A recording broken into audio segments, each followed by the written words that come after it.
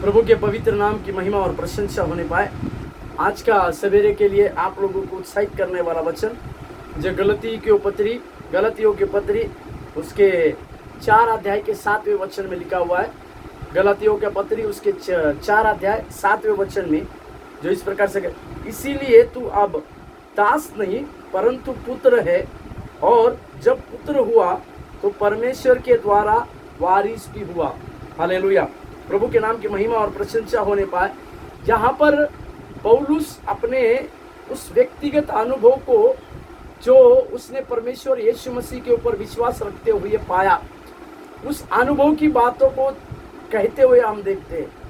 वो परमेश्वर को जिस समय से परमेश्वर को जाना और परमेश्वर ने उसको अपराधों से, अपने सारे पापों से जैसे परमेश्वर ने उसको छुड़ाया, इसी के लिए वो इस प्रकार से कहता है कि मैं अब उस पाप का गुलाम नहीं रहा, उस शैतान का गुलाम नहीं रहा, मैं कोई दास नहीं रहा, परंतु अब मैं वो परमेश्वर का एक पुत्र बना।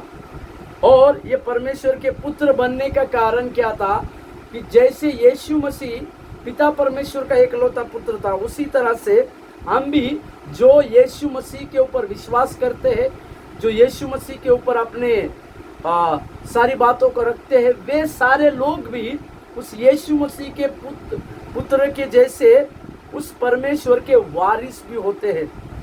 और उस पुत्र प्रभु यीशु मसीह जो परमेश्वर पिता का पुत्र है, उनके पवित्र लहू से हम सब धोए हुए हैं। इसी के लिए अब पाप की दास्यता हमारे ऊपर नहीं है।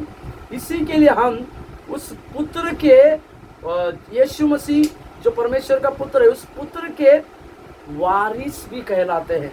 मेरे प्यारों, आज के सवेरे के समय में हम इस दृष्टिकोण से समझने पाए, हम परमेश्वर के पुत्र कहलाते हैं और साथ ही उस परमेश्वर के हम वारिस भी कहलाए जाएंगे। इस प्रकार की बड़ी आशा, बड़े अनुग्रह की बात परमेश्वर हमारे जीवन में करने पाए कि हम ना केवल वो परमेश्वर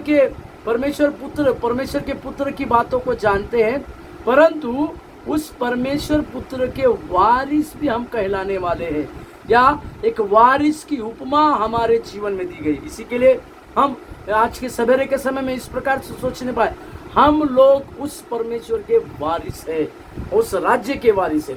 प्रभु आप लोगों को आशीष देने पाए। धन्यवाद।